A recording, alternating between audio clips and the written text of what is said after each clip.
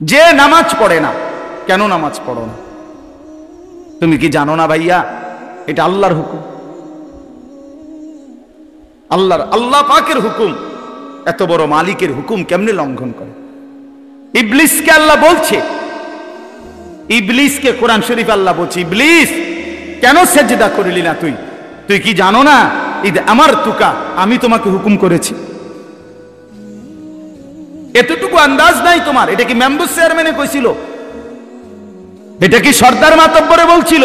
এটা তো আমি আল্লাহ বলছিল। তো আমাদেরকে তো প্রতিদিন নামাজ পড়তে বলছে, এটা কে বলছে? বলো না ছেলেরা, বলো ভাই, কে বলছে? আবার বলো, আবার বলো, আবার বলো। মালিকের নাম আরো জোরসে বলো বেটা। এত বড় মালিক আল্লাহ, তার নাফরমানি কেমনে করল? কার হুকুম প্রত্যাখ্যান করল? হায় হায়, কোরআন শরীফে আছে আল্লাহ তাআলা ইবলিসকে বলছে, ওরে বন্ধু, ইবলিসকে বলছে একটা সেজদা না করার কারণে, ওয়া ইন্না আলাইকাল লা'নাতা ইলা ইয়াউমিদ্দিন। আল্লাহ বলছে, ইবলিস তুই একটা সেজদা করিলি না, তোর রূপে আমি আল্লাহর লানত ইলা ইয়াউমিদ্দিন, কিয়ামত দিবস পর্যন্ত তোর রূপে আমি আল্লাহর লানত করি। এজন্য বেনামাজি তোর উপরে আল্লাহর লানত, তোর উপরে আল্লাহর গজব, তোর উপরে আল্লাহর লানত।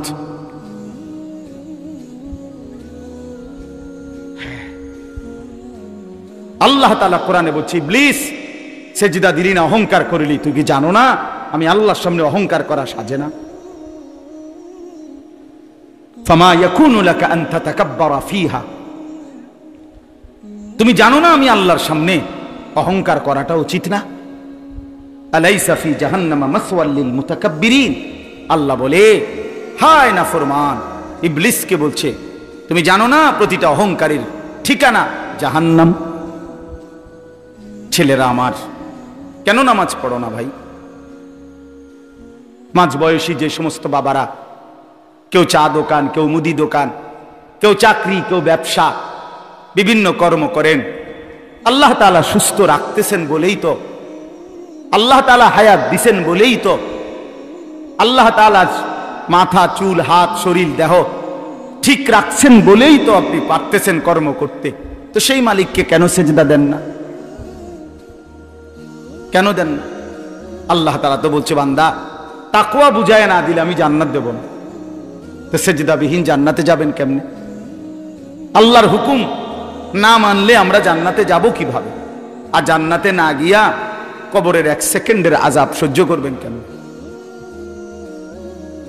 আল্লাহ রাসূল সাল্লাল্লাহু আলাইহি ওয়াসাল্লাম বলছে, প্রথম মিনিট নাফরমানের কবরে যখন ফেরেশতারা তাকে ছেড়ে দিয়ে আসবে, প্রশ্নের জবাব দিতে পারবে না, আল্লাহ তাআলা বলবেন ফেরেশতাকে, ফাআফরিশুহু মিনান নার, এই ফেরেশতারা এই বেঈমানের কবরের মধ্যে জাহান্নামের বিছানা বিছায়া দে, তার গায়ে জাহান্নামের পোশাক পরায়া দে, ওয়ালবাসুহু মিনান নার।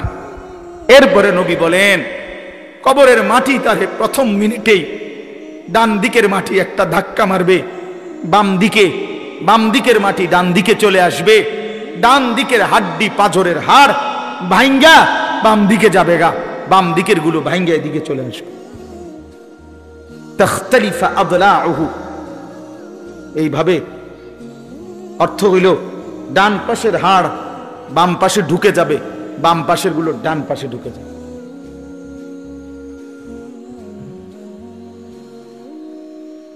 ছেলেরা আমার, কি রঙ্গে ফুর্তি করো বুঝি না ভাইয়া, কেন নামাজ পড়ো না তাও বুঝি না, কেন আল্লাহরে চিনলা না?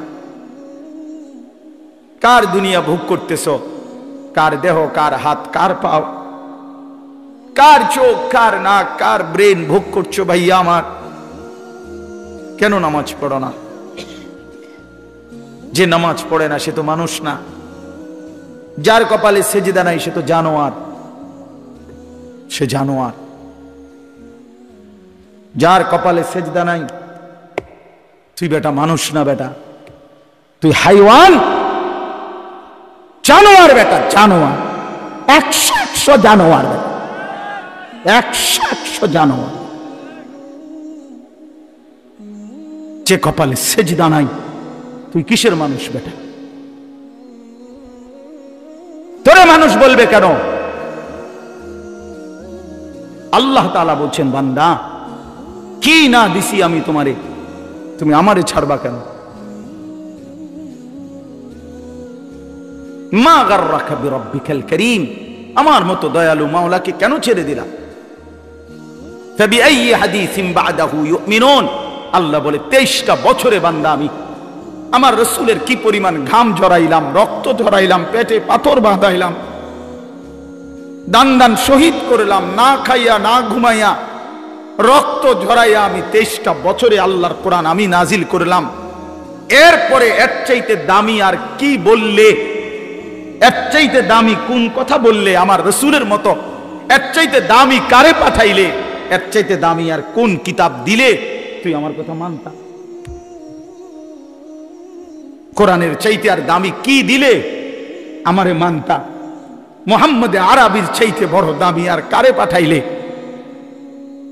আমরা আসলে বাপ আমার সবাই বুঝছেন, আমাদের আসলে কোনো প্রশ্ন জবাব থাকবে না, কারণ আমাদেরকে আল্লাহ তাআলা কোরআনও দিছে সর্বশ্রেষ্ঠ, রাসূলও দিছে সর্বশ্রেষ্ঠ।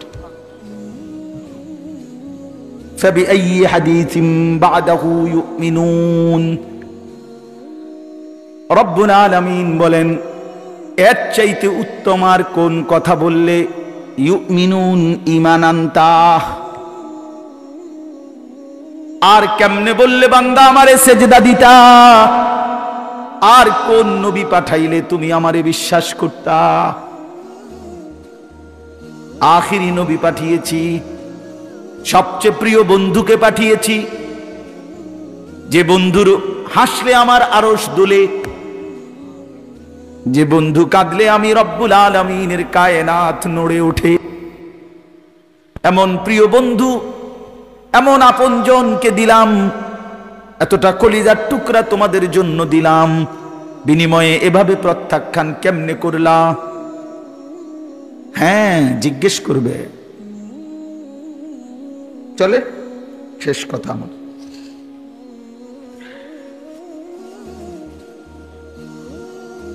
আল্লাহ চলো বন্ধু ফিকির করি সবাই। আল্লাহ তাআলা বলেন প্রতিটা মুত্তাকি, যে মুত্তাকি মানে গুনাহ থেকে বাঁচে, নেক আমলে অভ্যস্ত, আল্লাহ বলেন মুত্তাকি মানেই মুমিন, কারণ ঈমান ছাড়া মুত্তাকি হয় না। ঠিক আছে না?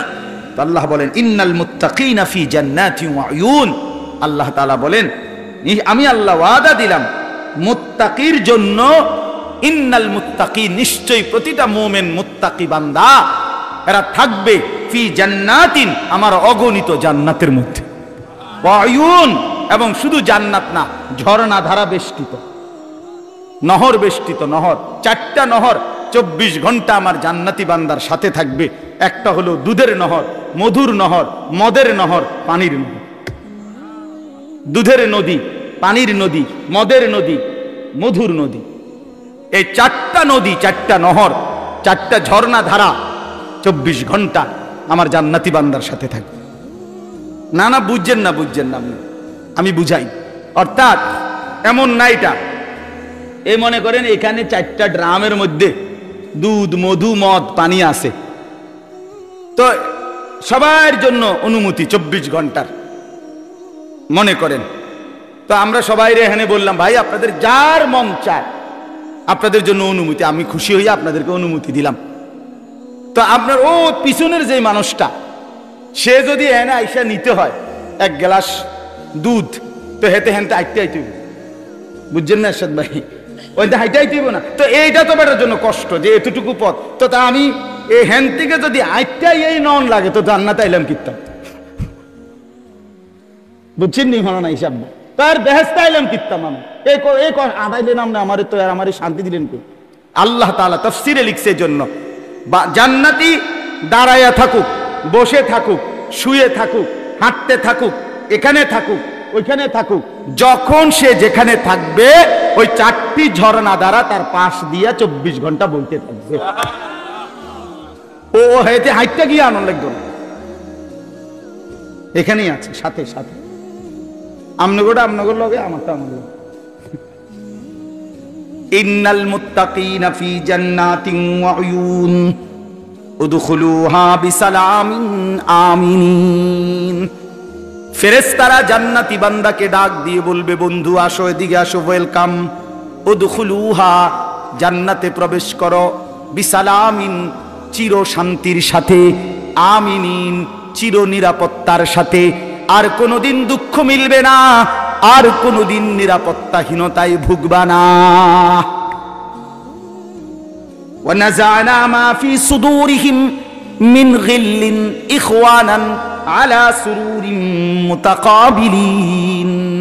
রব্বুল আলামিন বলে, প্রতিটা জান্নাতি বান্দা জান্নাতে ঢুকবার মুহূর্তে আমি আল্লাহ কলিজার মধ্য থেকে হিংসা, বিদ্বেষ, রাগ, ক্রোধ, এই সব কিছু চিরজীবনের জন্য খুলে দেব, ফেলে দেব। ইখওয়ানান, পুরা জান্নাতি সমস্ত বান্দা একে অপরের ভাই হয়ে যাবে। আলা সুরুরিন মুতাকাবিলিন। আহা, আল্লাহ বলেন, যখনই বান্দা জান্নাতি যেখানেই থাকবে, দাঁড়ানো বসানো, যখন যেখানে একত্রে থাকবে, কেউ কারো পিছনে থাকবে না, প্রত্যেকেই মুখোমুখি থাকবে। পিছনে হালাই দিলেও তো একটা একটু কষ্টের ব্যাপার। জান্নাতে আইছি ঠিক আছে, আমি আবার তো পিছে, বোঝেন নাই কথা? ঠিক আছে, আমি জান্নাতে আছি, এসির মধ্যে আছি, কিন্তু আমি তো আবার তো আমার সামনে, আমি তো এবার পিছে বইছি। এইটাও তো একটু কষ্টের বিষয়। আল্লাহ তাআলা বলেন, না, এমন হবে না। যখন যেখানে থাকে, যত লক্ষ, যত কোটি কোটি বান্দা আমার হবে, সমস্ত বান্দা দাঁড়ানো বসানো শোয়া সর্বাবস্থায় পরস্পর মুখোমুখি থাকে। ফিসে কোনো সিস্টেম নাই। বলে 10 কোটি মানুষ হইয়া গেছে, অন্ত লাইন মিলাইতে পারতেছি না। না, আল্লাহ বলবেন 11 কোটি হইলেও সারবে, অসুবিধা।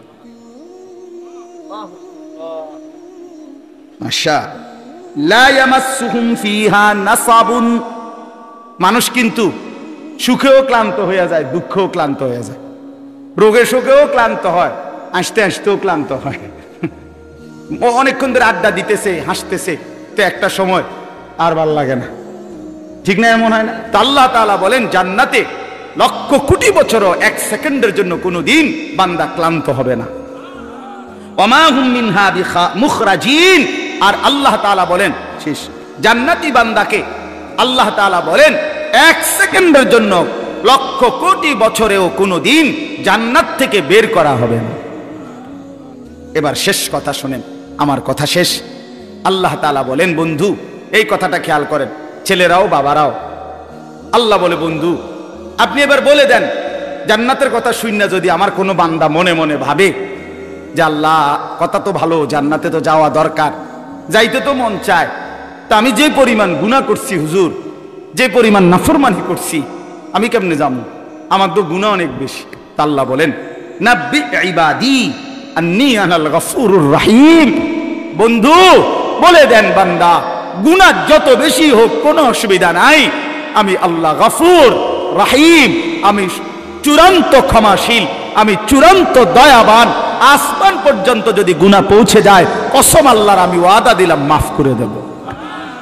শুধু গুনাহ ছেড়ে দাও, আমার কাছে ফিরে আসো, চোখের পানি ফেলে মাফ চাও, আর করবা না, ওয়াদা দাও, আমি 90 বছরের গুনাহ একসাথে মাফ করে দেব, মাফ করে দেব। তোমার জন্যই তো বানাইছিলাম জান্নাত, বান্দা আমি রাইখা দিয়ে লাভ কি? আমি তো দিতেই চাই। ওয়া আন্না আযাবি হুয়াল আযাবুল আলীম।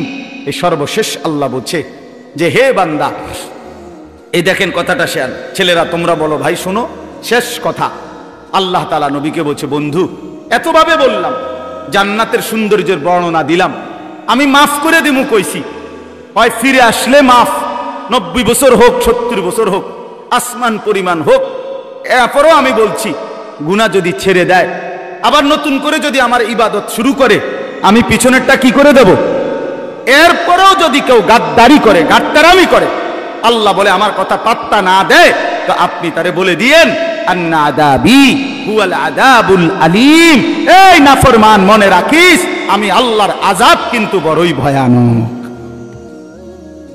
তুই মনে রাখিস বান্দা, আমি কিন্তু আযাবও দেব বড় সাংঘাতিক, আযাবুল আলীম। আমি বলছিলাম কতভাবে বললাম তোরে মাফ করে দেব, তুই এরপরও গাদ্দারি করলি, পাত্তা দিলি না। ঠিক আছে আসিস, আমার আযাব দেখবি কেমন আযাব। এই জন্য আমরা যদি প্রত্যেকেই ফিকির করি, হিম্মত করি, দয়া করে আমার সবগুলো নওজোয়ান ভাইদের কাছে অনুরোধ করলাম, বাবা চাচাদেরকে অনুরোধ করলাম, আমরা সবাই মিলে ইনশাআল্লাহ আল্লাহর দিকে ফিরব। ঠিক আছে না? ইনশাআল্লাহ গুনাহ ছেড়ে দেই, ইবাদতে অভ্যস্ত হই, বিশেষ করে 5 ওয়াক্ত নামাজ আমরা সবাই ধরে ফেলি, আল্লাহ বরকত দিবে। ছেলেরা তোমরাও ঠকবা না ভাই, ঠকবা না, শুরু করো তো, হিম্মত করে শুরু করলেই আল্লাহ খুশি হয়। যুবক সেজদা দিলে আল্লাহর আরশ নড়ে ওঠে, সেজদা দিলেই আল্লাহ খুশি। নওজোয়ান ছেলে, নওজোয়ান সেজদা দিলে আল্লাহ বলে আরশ আজিম থেকে যে যুবক সেজদা দিলি, আমি তোর ওয়াদা দিলাম হাসরের ময়দানে আমার আরশের নিচে ছায়া দেব, তোরে আমি নিলাম। আল্লাহ আমাদেরকে তৌফিক দান করে।